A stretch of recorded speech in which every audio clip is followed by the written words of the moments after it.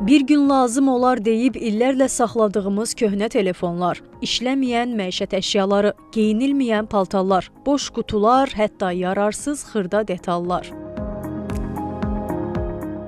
Bir çox evdə artıq istifadə olunmayan, amma atılmayan əşyalar var. Bəzi insanlar üçün bu əşyalar xatirə, emosional bağ və ya təhlükəsizlik hissi ifadə edə bilir. Bu səbəbdən illərlə istifadə etmədikləri əşyaları belə saxlaya bilirlər. İnsanların istifadə etmədiyi əşyalardan ayrıla bilməməsinin altında müxtəlif emosional və psixoloji səbəblər dayanır. Ən əsas səbəblərdən biri gələcəklə bağlı təhlükəsizlik hissidir. İnsan düşünür ki, nə vaxtsa həmin əşya lazım ola bilər və onu atmaq risk kimi görünür. Psixoloq Qətibə Abdullayeva deyir ki, xüsusilə maddi çətinlik görən və ya yoxluq hissi yaşamış insanlarda bu davranış daha çox müşahidə edilir. Onlar hər hansı əşyanı atanda sanki gələcək ehtimallardan birini itirdiklərini düşünürlər. Qıtlıq psixologiyası deyirik adətən buna. Nə vaxtsa lazım olar. Adətən belə insanların gələcəyə qarşı təşvişi var. Fikirləşirlər ki, biz bunu atarıqsa nə vaxtsa lazım olar və yaxud da ki, bunun hər hansısa bir hissəsini nə vaxtsa istifadə edirik. Əgər biz bunu bir 90 gün ərzində istifadə etməmişiksə, demək ki, bu əşyanın bir detalı,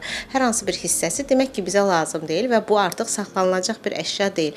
Saxlanılacaq əşya bizim içərimizdə qalan duyğular, bastırılmış fikirlər, hansı ki, ifadə edə bilməyəcəyimiz düşüncələrdir ki, insanlar bunları əşyalar üzərində saxlayır və onları atanda sanki onların içərisindən daxillərindən qopmuş bir duyğular, fikirlər olaraq olur deyə insanlar bundan qorxur. Bəzi hallarda bu vərdiş insanın qərar verməkdə çətinlik çəkməsi ilə də əlaqəli olur. Atım yoxsa saxlayım dilemması zamanla yığılaraq evdə artıq əşyaların çoxalmasına səbəb olur. Həddindən artıq toplamaq isə bəzi hallarda psixoloji pozuntuların göstəricisine çevrilə bilər. Disposofobiya əşyaları atmaq qorxusudur insanlarda, sillokomaniya isə lazımsız əşyaları atmaq qorxusudur insanlarda. Belə insanlara necə dəstək ola bilərik?